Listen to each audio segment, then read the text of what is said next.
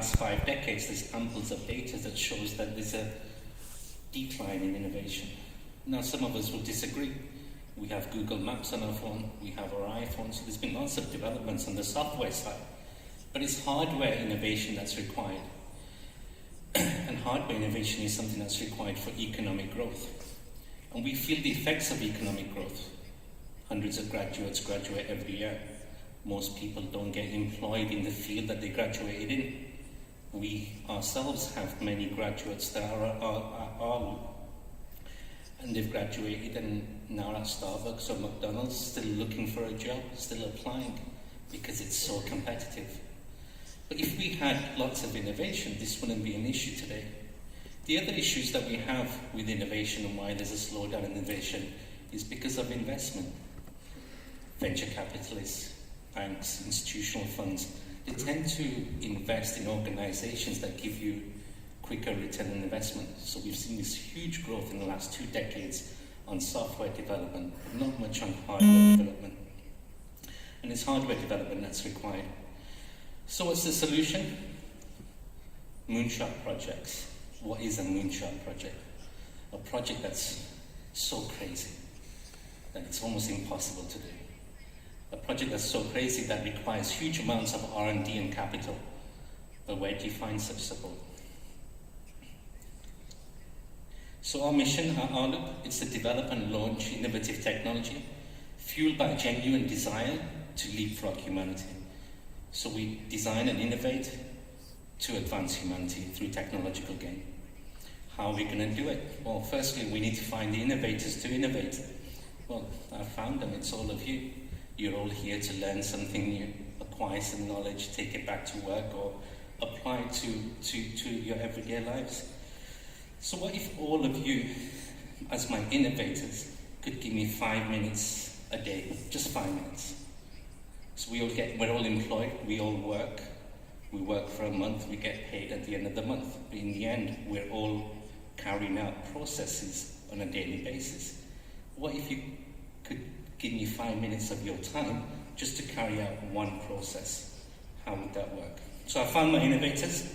Let's find a moonshot project that's never been done before, or that hadn't been done before in a few years. Everyone's heard of the Hyperloop? Yes? No? Yeah. Hyperloop is a new mode of transportation, initially envisaged by Elon Musk.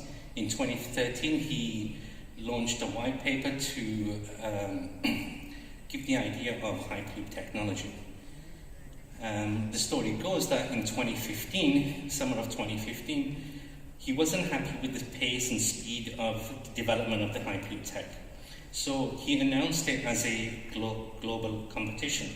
And that's where all of this began. So 2015, Elon Musk's announced a global competition. He's not happy with the speed of development. On the space, everyone's heard of Reddit. So on the SpaceX subreddit, Elon Musk and SpaceX made an announcement to launch a competition. I was in the UK. I'm from a small town, little village called Blackburn, and I was just goofing around on the internet. And so were other members who were on the SpaceX subreddit from around the world. The announcement was made, and a few people said, oh, there's nothing here that says we can't form a virtual team. So myself and a few others on the SpaceX subreddit said, oh, you know what, okay, why don't we give it a shot? And the SpaceX subreddit today is around more than 100,000 people. A lot of people either directly in the industry, so they're directly working in the industry, or huge enthusiasts like myself who want to work in the industry but don't want to relocate to Silicon Valley. I'm from the UK, I want to stay in the UK. So a few people said yes, and just like that, Outlook was born. Our team of experts from day one, they came from all over the world. I'm from the UK, our lead engineer is from Belgium, our PM is from Canada, we've got engineers scattered all over the place.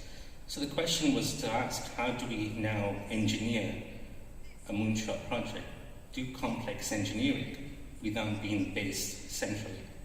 How do we do all of this complex engineering with no team and no physical resource? Everyone's scattered all over the world.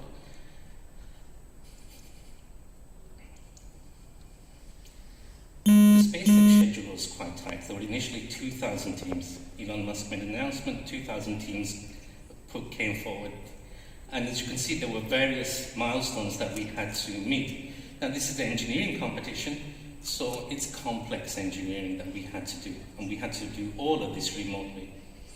Various milestones at knockout stages went down from 2,000 teams down to 1,200 teams, down to the last few hundred teams.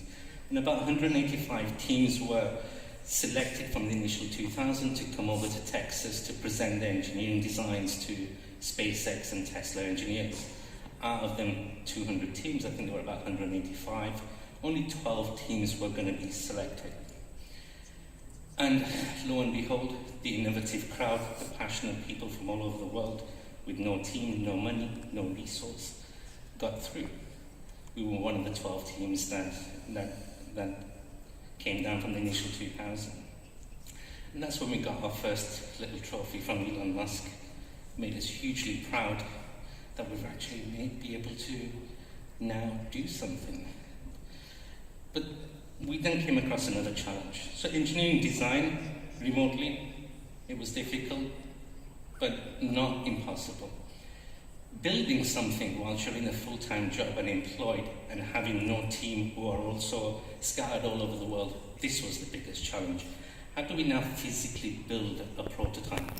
How do we physically build a prototype of a system that's the new mode of transportation? Extremely complex. So what did we do? We got some senior sponsors, T Connectivity. They gave us a R&D center in Silicon Valley. And then we approached a lot of the local schools around the area to tap into graduates, ask them to join us in our physical location. And we as senior engineers virtually would give them instructions on what to do. So it's fold this, bend this, cut this, screw this here. 12 months later, it's competition time. And this is the first time, after 2 years of working with each other, people from around the world got together. From 21 countries at the time, about 60, 65 people arrived. This is the first time people have been working with each other for 2 years and never met them in person. This is the first time people have been working on the engineering for more than 2 years and never physically touched it.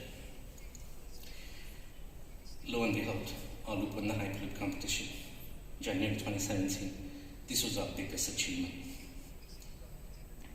and probably one of my best falls. This was the second award we got from SpaceX and Mr. Musk.